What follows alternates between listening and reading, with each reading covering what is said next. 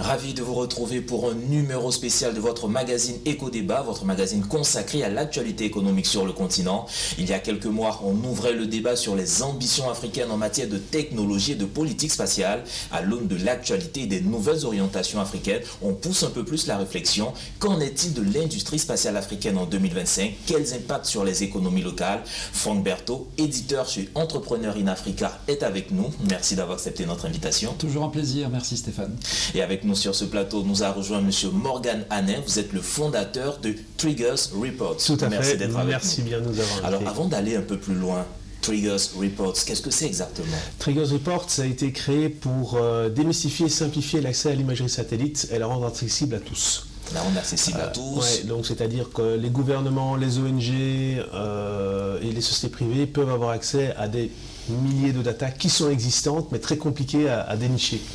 Et donc Compliqué à dénicher, je vois en tout cas cet enthousiasme autour du spatial. Vous qui êtes chez Entrepreneur in Africa, qui scrutez un peu toute l'actualité économique du continent, pourquoi est-ce qu'aujourd'hui on sent cet engouement au niveau de la conquête spatiale, on va dire? Quel est l'enjeu pour l'Afrique aujourd'hui en gros? Il y a plusieurs enjeux. Alors, il y a un contexte mondial qui fait qu'on en reparle plus aujourd'hui, on va dire, suite à la prise de la présidence, de la nouvelle présidence américaine.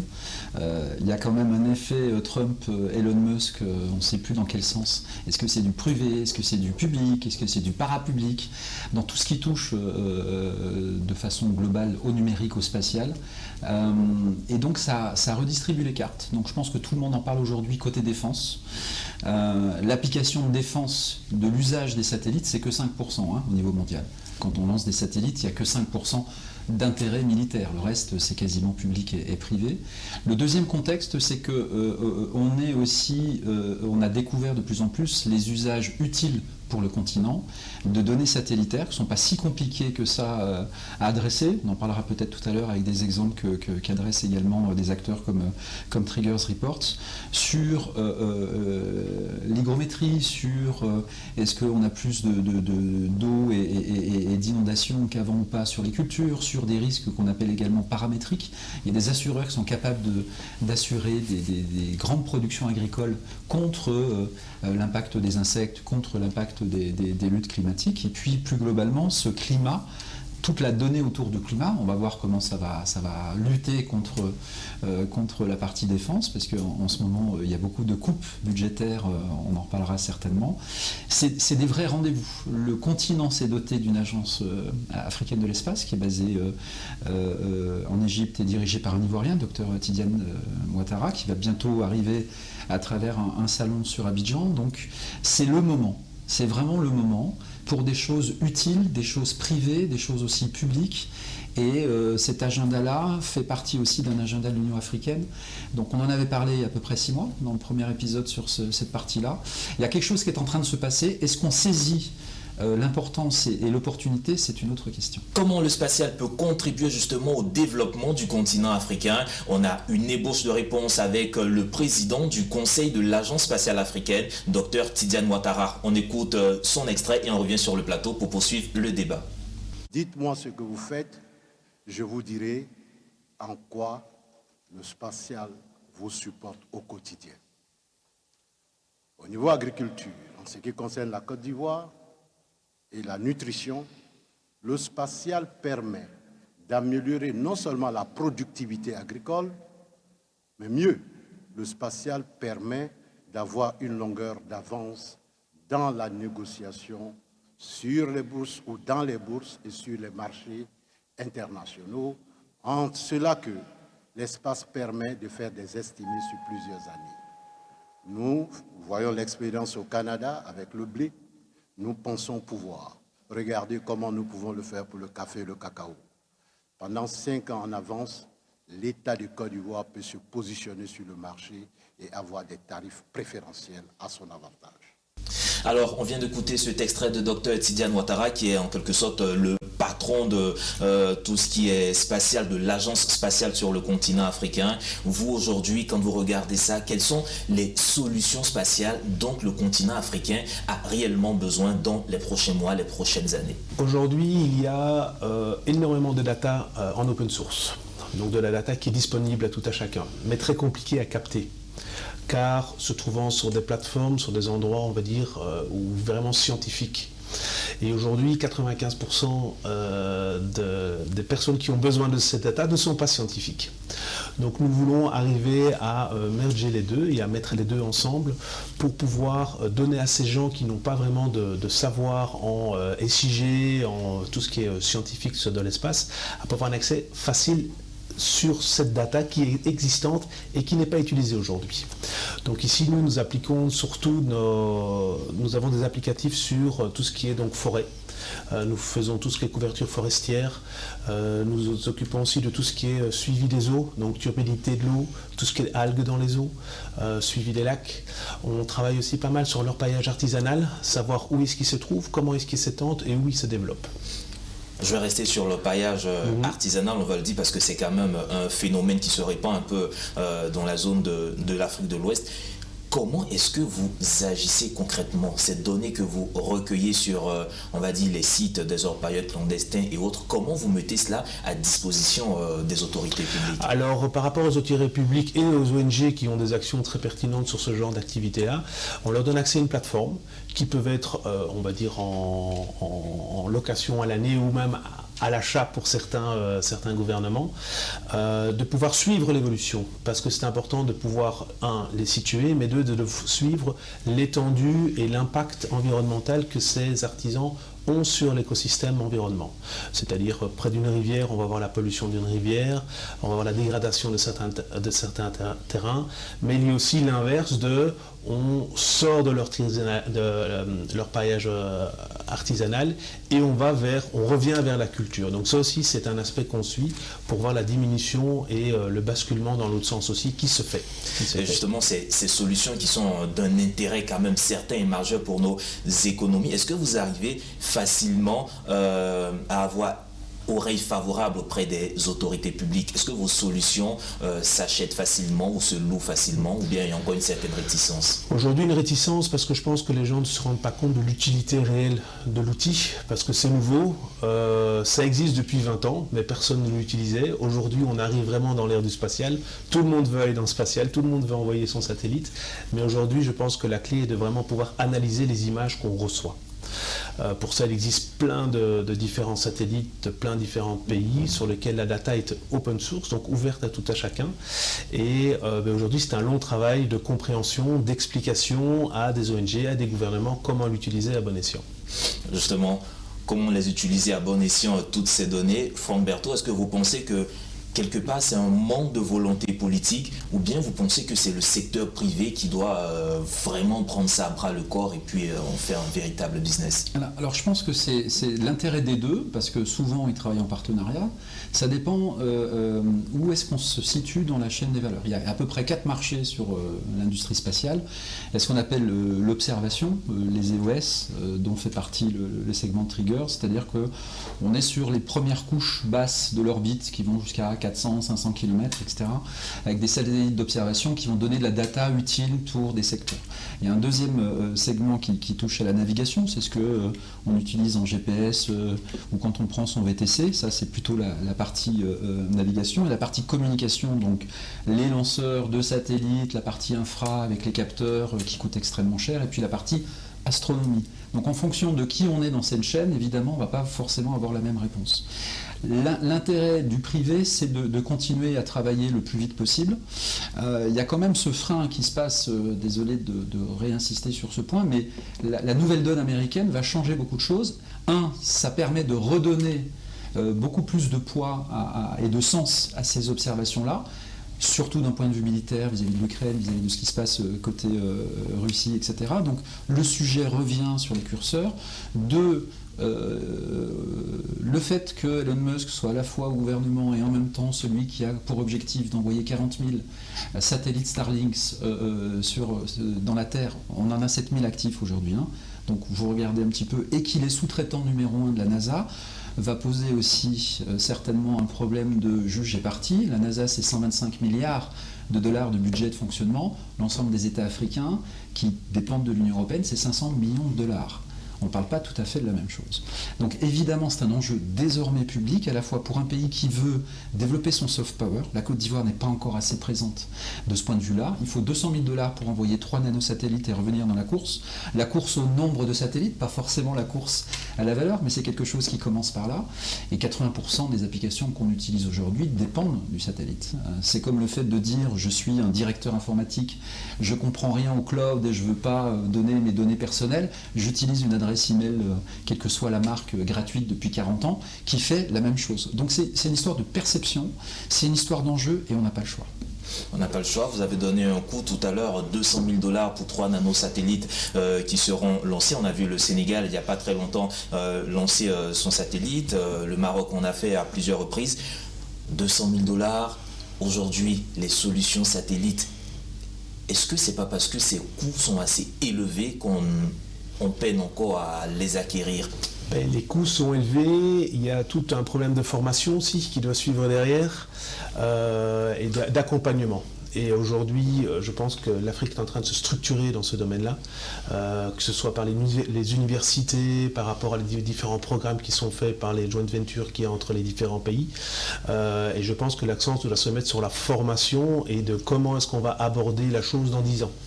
Aujourd'hui, on est un peu tous excités d'envoyer son nanosatellite. On a envoyé un satellite, 2 satellites. C'est extraordinaire parce que au final, tout le monde y arrive. Mais derrière, il faut un vrai suivi et il faut une vraie valeur ajoutée du satellite qu'on envoie. D'où l'analyse qui est faite derrière par des gens qui sont à terre, qui n'envoient pas de satellite et qui vont analyser toutes ces images pour faire un rendu, que ce soit pour du politique, que ce soit pour du gouvernemental, de l'ONG, du privé, et pouvoir en fait générer du revenu par rapport à ces nanosatellites envoyés par les pays pour pouvoir continuer à les entretenir et pour pouvoir les utiliser le plus longtemps possible. On voit les États partir de manière individuelle dans ce champ, dans cette nouvelle conquête. Est-ce que vous ne pensez pas que pour le continent africain, vous avez évoqué les chiffres tout à l'heure, 500 millions de $ pour l'Europe et autres. Est-ce que vous ne pensez pas que pour les pays africains, il serait intéressant pour commencer d'aller vers une politique commune, s'associer pour financer ce genre de projet? Il peut y avoir une politique commune qui peut être faite dans certains domaines d'activité, surveillance des forêts, ce genre de choses-là, mais il y a la souveraineté numérique qui est quand même là. Tout le monde veut avoir son propre satellite, veut pouvoir gérer sa propre donnée. On le voit dans tous les secteurs, c'est pas seulement le satellite, c'est dans tous différents secteurs. On voit que tout le monde veut se recentrer un petit peu sur dire comment est-ce que si mes voisins me quittent, comment est-ce que je fais pour gérer mon pays. Ça s'est passé en Europe, ça s'est passé avec le Covid où tout s'arrête et tout d'un coup on fait comment est-ce qu'on fait. Donc ici il y a une vraie volonté, je pense, de souveraineté numérique, de pouvoir garder et avoir la main sur ce qu'on fait dans le pays et sur la data qu'on a. C'est un problème de data aujourd'hui, on n'est plus dans l'humain, on est vraiment dans la data. Qu'est-ce qu'on produit, où est-ce que ça va être mis et qui va l'utiliser. Donc on a vraiment ce cheminement-là qui est assez important. Alors Franck, je me tourne vers vous parce que là, avec ce que je viens d'entendre, une question me vient à l'esprit. Est-ce qu'aujourd'hui on peut dire que la question spatiale, c'est une question de souveraineté nationale? Comment vous appréciez cette question? Alors, c'est une question de souveraineté continentale dans un monde où la Chine et les États-Unis détiennent 80% de tout ce qui est données mondiales et sont en avance de plusieurs générations sur ce qu'on pourrait appeler l'intelligence numérique. J'aime pas le mot intelligence artificielle, je ne vais pas faire un débat sémantique, mais de ce qu'on pourrait appeler l'intelligence numérique. L'Europe est perçue comme étant le régulateur qui met trop de normes. En attendant, cette fameuse norme RGPD, elle a été adoptée quasiment par tout le monde, donc chacun a sa valeur ajoutée dans ce combat-là. Donc oui, définitivement, c'est un enjeu de souveraineté, c'est un enjeu de souveraineté continentale pour le continent. La plupart des données fabriquées sur ce continent sont exploitées par des marques américaines et pas par des marques africaines. Ça pose un petit souci éthique, ça pose un petit souci psychologique. Et le soft power qu'un pays peut développer en disant « je fais partie de la course, je rejoins le top 10 », il y a à peu près... il y avait 60 satellites africains au mois de juin dernier. On part sur une course à 125, ça commence à doubler par un an, mais après il y a satellite et satellite. Djibouti qui lance son satellite avec Hong Kong, c'est $1 milliard. Un lanceur, c'est entre 1 et 10 milliards $. Donc où est-ce qu'on est? Est-ce que je suis le Botswana ou le Sénégal? Je profite de SpaceX pour lancer depuis la Californie mon nanosatellite. Et voilà. Donc, mais l'exemple de Djibouti est intéressant juste pour répondre à votre question parce que sur la partie nano, ils ont travaillé avec l'Université de Montpellier. Donc il y a eu un transfert de technologie, formation des étudiants à travers un cluster. C'est ce que veut faire l'initiative menée par Fernand Ballet dans la partie think tank de Africa Geospace Initiative. Ramener un petit peu plus le curseur aussi sur l'Afrique de l'Ouest. On est encore trop dépendant, pour plein de raisons historiques, du continent anglophone. Les premiers pays sur l'industrie spatiale, c'est évidemment l'Égypte, enfin l'Afrique du Sud, l'Égypte, ensuite le Nigeria qui commence à revenir, l'Algérie, le Maroc. La Côte d'Ivoire n'existe pas dans le top 10. La Côte d'Ivoire, depuis 3 ans, a des intentions. Fait des déclarations. Il faudrait qu'on passe le cap. On a tout pour le faire, entre le BNED, entre ce qui se passe à la primature et les enjeux.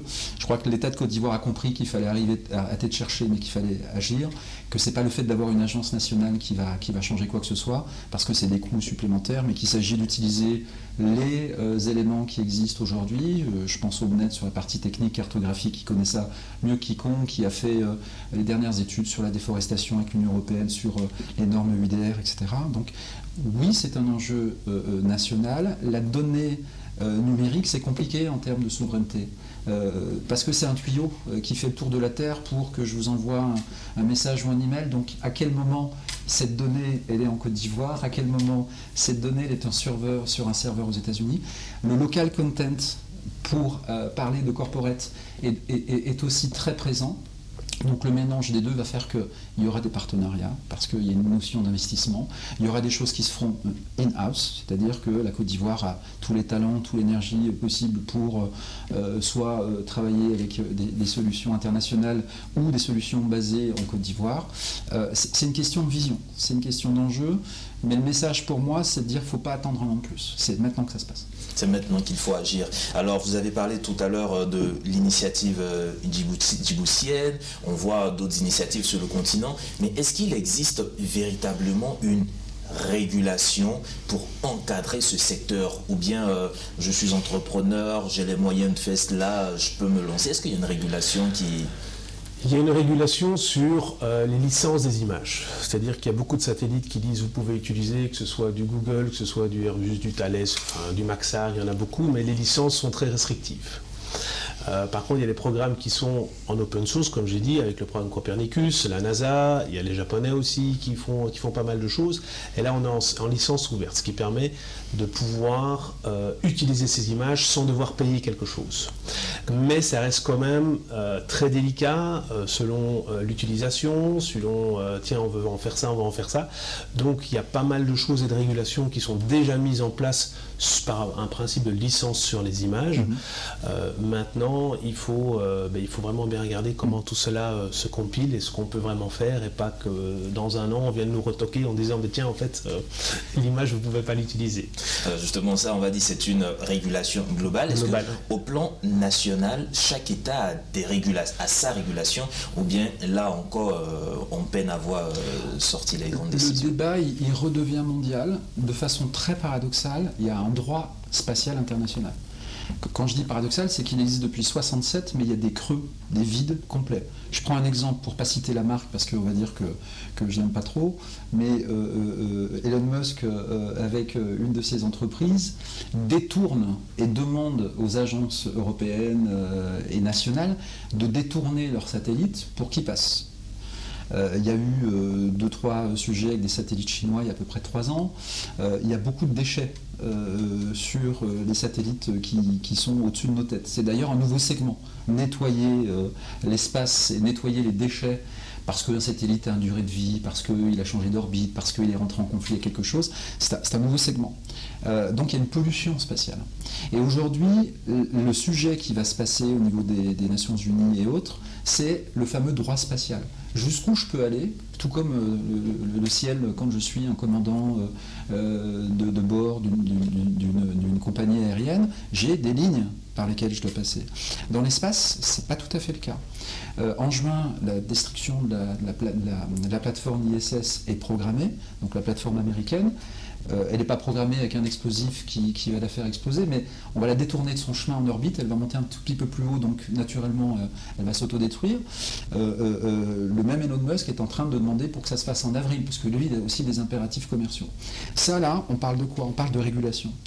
C'est pas à des entreprises privées de faire la régulation d'un espace public. C'est la même chose sur la mer, c'est la même chose sur la terre. Aujourd'hui, il y a un vrai débat à ce niveau-là, pour des questions d'environnement, pour des questions de souveraineté, et je pense que par défaut, ensuite, quand on regarde continent par continent, on adapte évidemment et on ne réinvente pas la roue, cette protection de l'espace et cet usage de l'espace.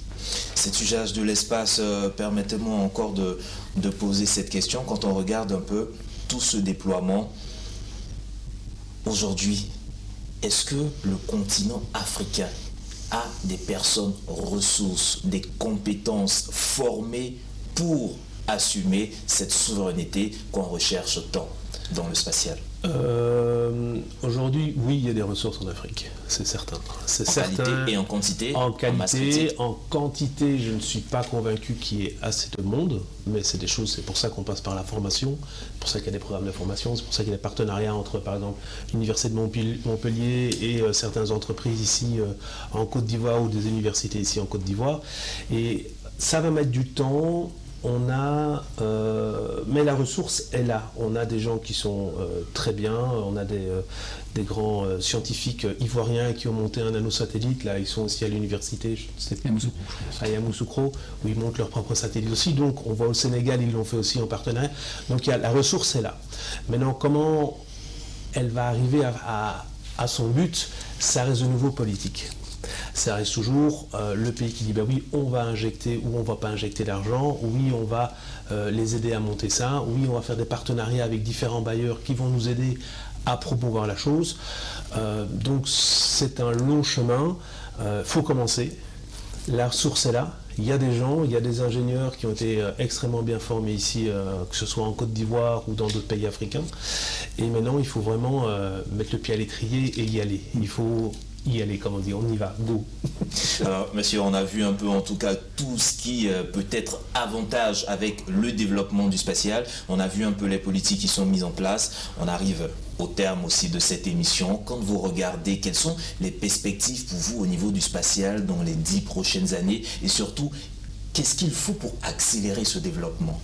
C'est un marché qui pèse 20 milliards de dollars aujourd'hui sur l'industrie privée, qui à mon avis peut être multiplié par 5 dans les 5 ou 10 prochaines années. Donc c'est pas une question de potentiel, c'est qui va prendre le leadership sur ce marché-là et pour quelles raisons. C'est 20 000 employés aujourd'hui, dont à peu près 11 000 fonctionnaires. Donc il y a plus de fonctionnaires qui réfléchissent à la question d'un point de vue contenu, d'un point de vue carto, d'un point de vue traçage, et pour se mettre aussi en conformité avec des règles et des harmonisations d'export international, transformation, quels que soient les sujets. Il y a un vrai sujet sur la pollution. On n'a pas parlé beaucoup de l'eau, mais sur les nappes pétrolières, c'est des modèles économiques pour les États. La capacité à tracer, à faire du prédictif, savoir où les nappes vont taper, anticiper des schémas de crise. C'est la même chose sur les schémas d'inondation, sur les plans d'urbanisme des zones côtières. Je rappelle quand même qu'en Afrique de l'Ouest, 50% du PIB, c'est la côte. Si on utilise ça pour protéger, valoriser, gérer notre capital, c'est gérer notre PIB. Donc tout est lié. Ça peut être quelque chose qui peut compter de 5 à 10% du PIB international, enfin, continental et national. Ce qui manque, c'est shifter, c'est le mindset toujours. C'est se dire c'est possible, on y va, on commence par un cluster, on commence par de la formation, on développe un écosystème. Il y a à peu près 300 startups et entreprises innovantes qui sont sur ce business-là sur le continent. On en a une avec nous ici sur le plateau, il y en a d'autres. Donc c'est juste un mouvement qui va se faire. Mais l'accompagner, évidemment, c'est le rôle de l'État. Pour y croire, pour donner l'exemple, comme on le fait en ce moment sur les plateformes carbone et sur les marchés de décarbonation, tout est lié. Il n'y a plus d'isolement possible. Et le fait, il suffit de se mettre sur un écran pour voir ce qu'une machine est capable de faire, ça change tout. Il suffit de voir une fois, la perception change et on fédère. Et on fait des progrès. Si on s'y met. Morgane Anet, vous, quel est votre mot de fin? Quelles sont selon vous les solutions qu'il faut pour développer, booster le spatial sur le continent africain et son impact? Aujourd'hui, pour booster, développer, je pense qu'il y a un vrai vouloir. Il y a plusieurs entrepreneurs ici en Côte d'Ivoire qui le font déjà, très bien. qui sont en partenariat avec X et Y. Le mot de la fin, c'est vraiment maintenant, il faut se rendre compte et y aller, parce que tout tourne autour du satellite aujourd'hui. Vous prenez un téléphone, c'est le point GPS, c'est la télécommunication. On peut maintenant vérifier tous ces projets via satellite, on peut les suivre, on peut faire de tout ce qui est prédictif d'inondation. Donc on a énormément d'outils à notre disposition, maintenant il faut les utiliser. Et la formation, pour moi, reste essentielle dans cette continuité de développement. Merci en tout cas, messieurs, pour vos contributions. Je rappelle qu'on était avec Franck Berthaud, éditeur chez Entrepreneur in Africa, et Morgan Hanem, vous êtes le fondateur de Triggers Report.